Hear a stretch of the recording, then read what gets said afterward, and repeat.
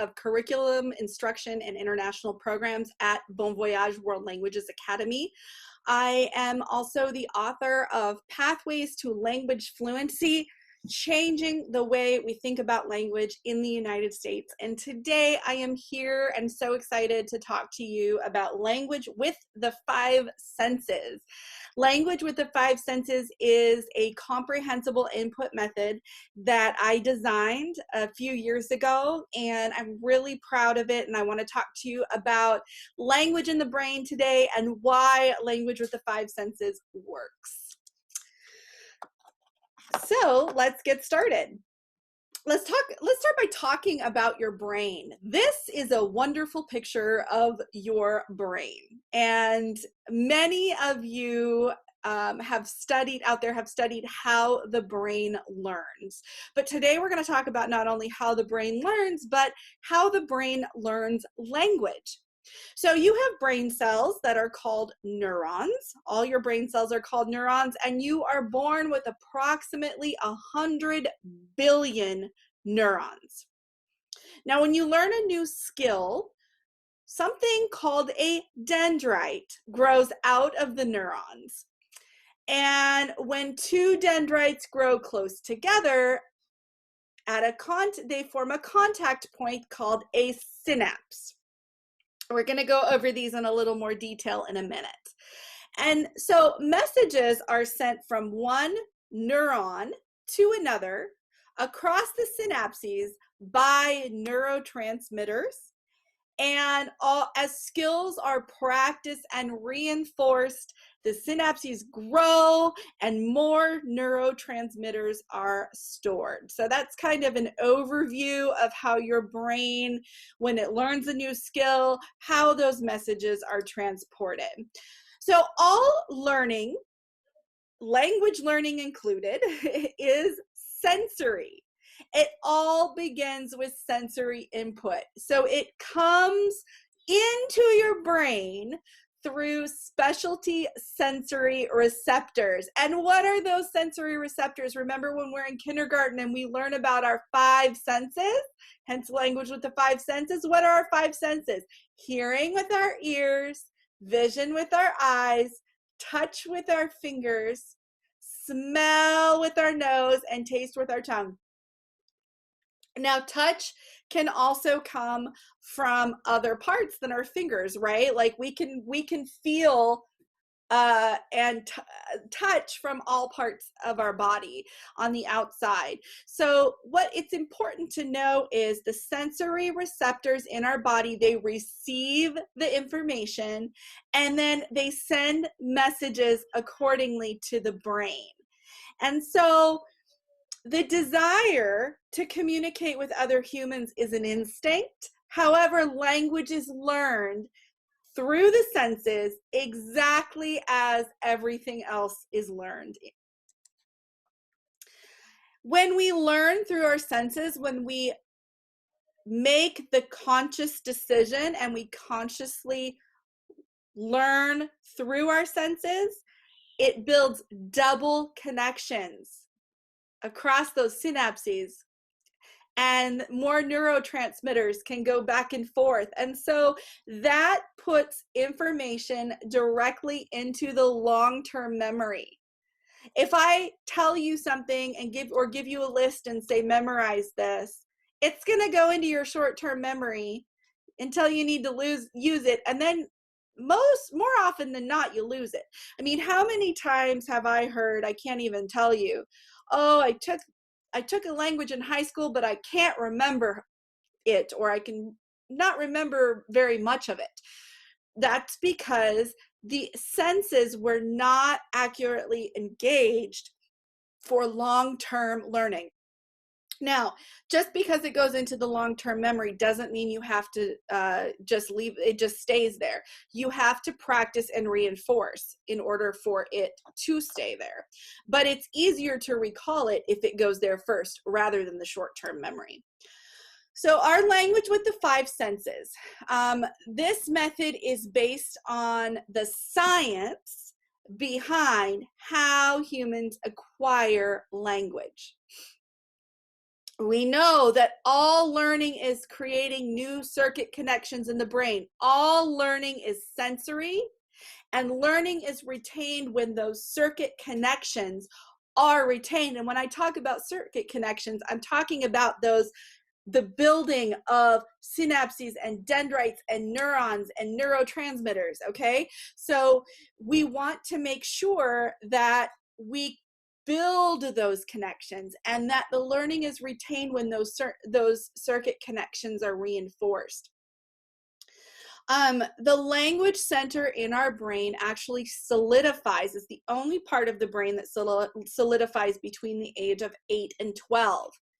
It closes off and cannot fully create new connections. So it's really important that we engage our senses as we get older in order to learn a language, because we can trick our brains into opening that center up and making those connections again if we engage our senses properly. And the earlier a person acquires a new language, the more pliable the language center becomes, the easier it is to get in there and make those connections. So if you learn a language when you're 5 and then you go to learn another language when you're 12, the brain already is receptive to other languages, and therefore it's going to be easier for those skills and those neurons and neurotransmitters and synapses to grow and do their job. We experience language with all 5 of our senses. In addition, because language is in every aspect of our being, it is the essence of the human experience.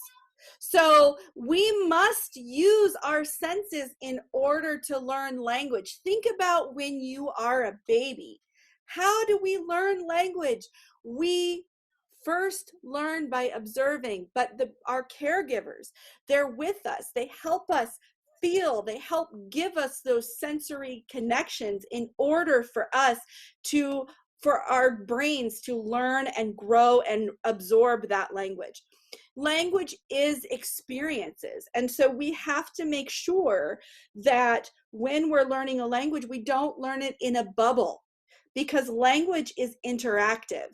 And it requires all of our senses. And so making sure that we have those human connections, those cultural connections to create relevance for us, that's important as well. And language acquisition takes time. We all know this.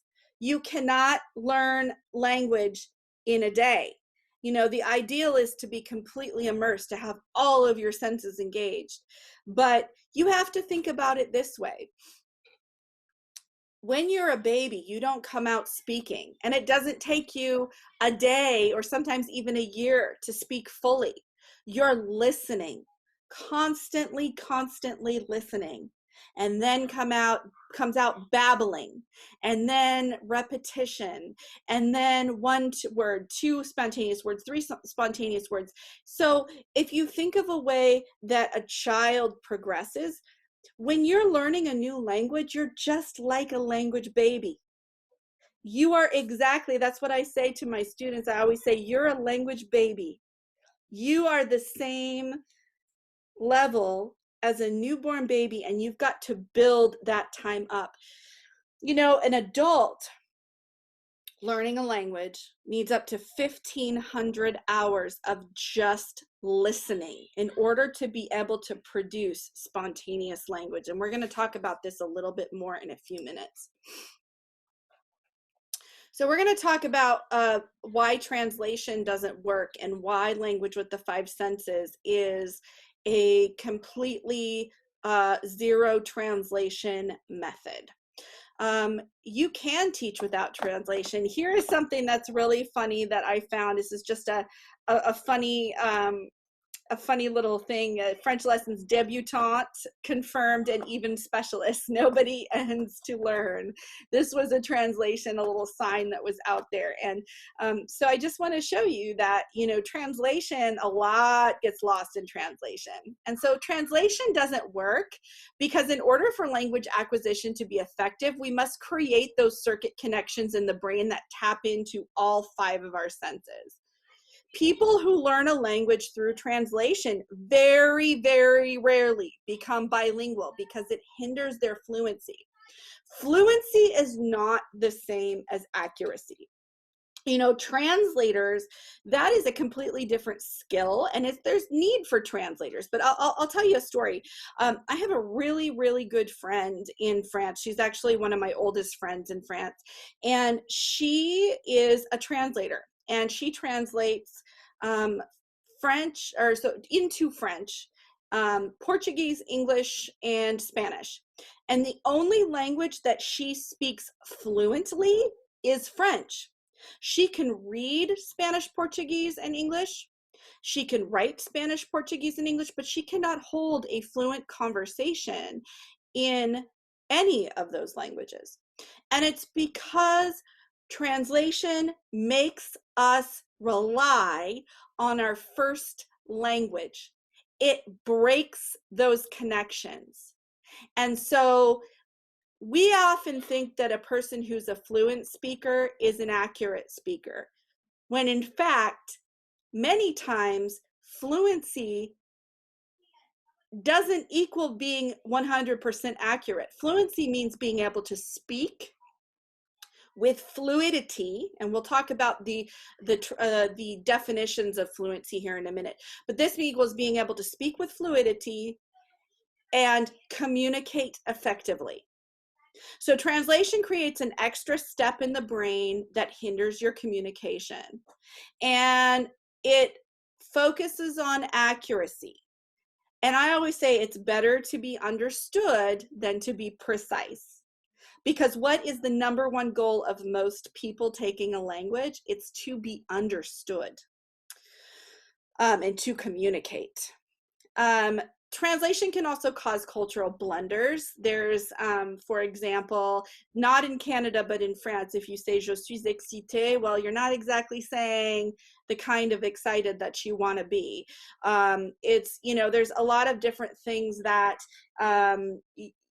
that can be misunderstood or misinterpreted because translation doesn't work. The other thing is that you can translate something and it has no meaning at all the way that you would say it in your native language, in the second language.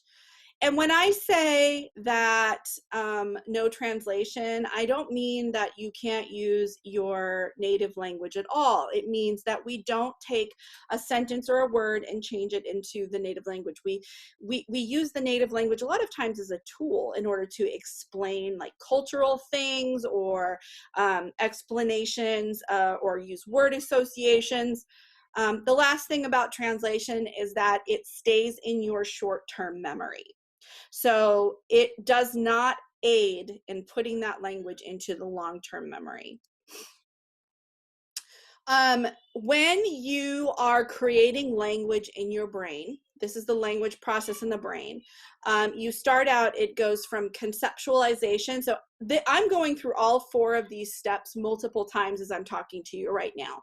It starts out with conceptualization, like, okay, I know what I'm going to talk about. This is what I kind of want to say, to actually forming the words, the articulation stage where I'm actually, you know, speaking the words and they're coming out, and then myself monitoring, saying, okay, is that exactly what I wanted to say? Do I need to follow up and explain myself?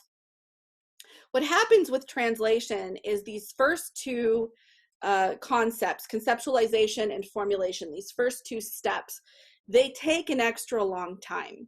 But when we teach through comprehensible input without translation, and I say that because there are comprehensible input methods that have translation with them.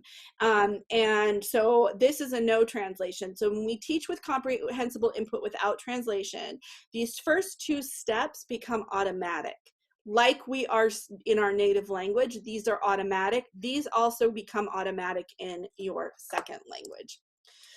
So what is language with the 5 senses exactly? It's a zero translation, comprehensible input method that facilitates language acquisition the way that our brains are naturally wired to acquire language. So we start out as language babies and we build from there. And for those of you who are out there who are not language teachers, I'm going to explain to you what is comprehensible input. Comprehensible input is language that can be understood by listeners despite them not understanding all of the words and structures. So here's the deal. We don't have to understand everything to understand and communicate and be able to understand what's being communicated to us. And it uses contextual supports to help students understand. These contextual supports are what we call clues for understanding in language with the five senses. So what other concepts in the context of what we're looking at, reading, listening to, watching, can we use to interpret what is being communicated to us? Language with the five senses focuses on human connection and fluency. So it has been proven over and over again by multiple studies that translation is counterproductive to fluency. I had an argument one time with a pretty well-established language expert, and I say expert in quotes because I used to really respect this person and follow his lead, but I got into a discussion with him one day about giving a student an English translation, and he said, well, we believe it's better that they understand right away rather than focusing on the foreign language. And I said, no, I do not agree with that. It is counterproductive. Your brain, if there is a translation anywhere, whether it's in subtitle form, whether it is written down, whether it's being told to you, your brain is going to automatically ignore the foreign language and go straight to focusing on what is familiar. That's just the way your brain works. So you have to make your brain actually do the work. You have to exercise your brain, and there is nothing wrong with that. So the language center of the brain is the only part of the brain that actually closes and the language is solidified. So you remember how I said adults have to have about 1,500 hours of just listening in order to produce spontaneous language? Think about it. Babies listen for about the first 1 to 2 years of life before they produce any real spontaneous language. A child needs approximately 300 hours of just listening. This is a child before the age of 12, needs approximately 300 hours of just listening to language in order to retain the language and actually understand and come out with expressive language spontaneously on their own.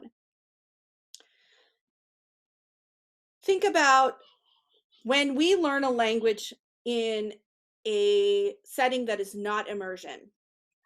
If you're looking at a regular high school classroom, it looks like this. You have 5 days a week of approximately 50 minutes to an hour per day of language. If the teacher stays in the target language that entire time for the whole school year, that's about 120 hours. That's it, 120 hours. But more often than not, you take away vacations, you take away the time of short days, you take away the fact that most teachers don't stay in the target language from start of class to end of class. So it whittles it down, and on average, students are only engaged in the target language for about 50 to 80 hours in a school year. So there's no way a student can be fluent in coming out with spontaneous language in even 4 years of language study unless it is full immersion. Translation makes it even harder because translation doesn't, it breaks those language connections. It makes a student rely on his or her first language.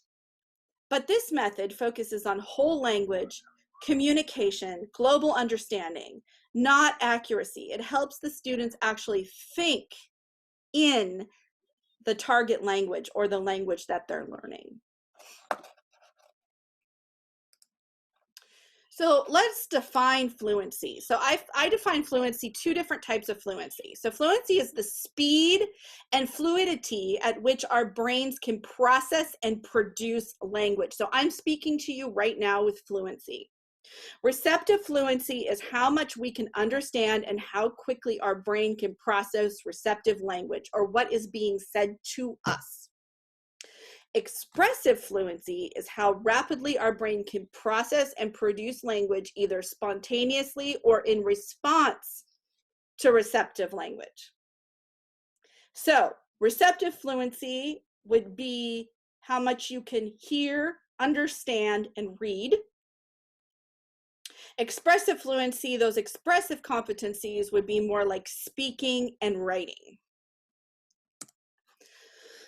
And as I've said before, we must mimic how we learn our first language. We don't come out reading and writing first. And yet that seems to be the standard of how most people learned language. And that's changing now. But we can't read and write first. We have to listen first. And that's how we learned our first language. Do you realize that we spend approximately 55% of our lives just listening? And we only actually hear 17 to 25% of the words being spoken, and that is in our native languages. Expressive language comes more slowly, and we will always be able to understand more than we can say expressively, even in our native language.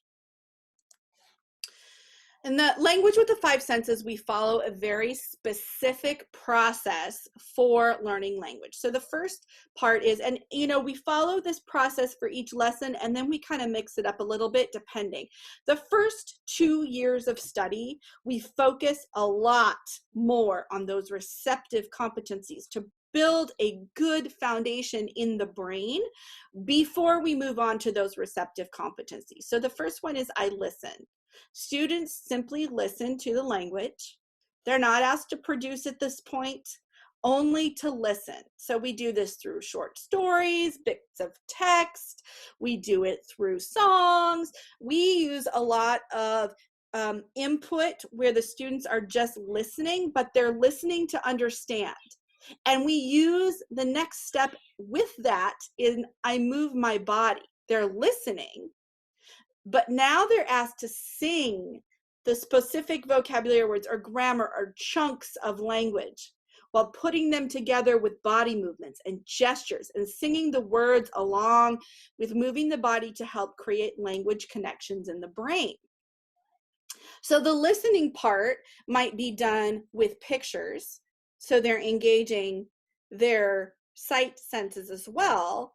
But the next part, we put that first step together with moving the body. So this does two things. When a language is put to a rhythm or music, it goes directly into the long-term memory. This is solidified when the rhythm is put to a body movement because we're using kinesthetic connections, the touch sense. And then singing with language also creates better pronunciation because we hear language differently when it is rhythmic than when we hear spoken language. So I do something called a clap snap. And this is where I put the language. I sing everything, when I'm teaching students something. So I was just working on a lesson on hand washing. And what I did was I taught, je me lave les mains. Je me lave les mains. Je me lave les mains. Lave les mains. Lave les mains. Je me lave les mains. Je me lave les mains. Je me lave les mains. Lave les mains. Lave les mains. Je me lave les mains. Je me lave les mains. Je me lave les mains. Lave les mains. Lave les mains. Okay, so when I do that, it puts it to a rhythm, and we start out really slowly. Je me lave les mains. Je me lave les mains. And we do this with jazz chants and all sorts of things as well. But what it does is you speed it up, and it also helps the students process in their brains, process that language more quickly and then produce it more quickly. I do this with concepts where, like when I'm teaching them how to order food. Je voudrais une omelette, s'il vous plaît. Je voudrais une omelette, s'il vous plaît. Je voudrais une omelette, s'il vous plaît. So if they're in that situation in the future, they can recall it because it's right up here. The next part is I draw. So we draw pictures of the vocabulary in order to associate the words with images instead of words with words. So I draw along with the students and I'm describing what I'm drawing while the students are drawing along with me. Sometimes I'm singing it. Sometimes I'm drawing je me lave les mains, and I'm drawing it along, loading the student with receptive language and helping to solidify the word to picture associations. And then this also creates kinesthetic connections. Next, we play. We always play a game. We use very carefully crafted language games in order to play with the language that they're using in order to really focus and use those skills. I focus on language chunks rather than just vocabulary words. So instead of saying se laver is the verb, and les mains, I would say je me lave les mains, il se lave les mains, and I give them chunks of words that we work with, and then we play with those chunks of words. And we all know that when students are having fun, they are more likely to retain information. The next step is I create. So we use thematic units. Okay, I teach always in thematic units, and students apply the language in a project-based assessment that has them apply the skills. So I never test my students because testing causes a lot of anxiety in the language classroom, a lot, and it's not a good measure of language learning. It doesn't show me that my students can actually use the language. The last thing is I cook. We cook a lot at Bon Voyage, a lot. Even though we're an online school, like we get up and we cook with our students, and we have them cook because we learning about food from the cultures that speak the language. I mean, that's a huge part. And it also engages those taste and smell language receptors. It's also very linguistically rich, cooking and food. Extremely, extremely linguistically rich. So that is a little more about language with the 5 senses. Thank you so much for participating today and listening. I am going to put some information at the end of this video. If you have extra questions or you'd like to get a hold of me, I am happy to help. Thank you again and have a wonderful day.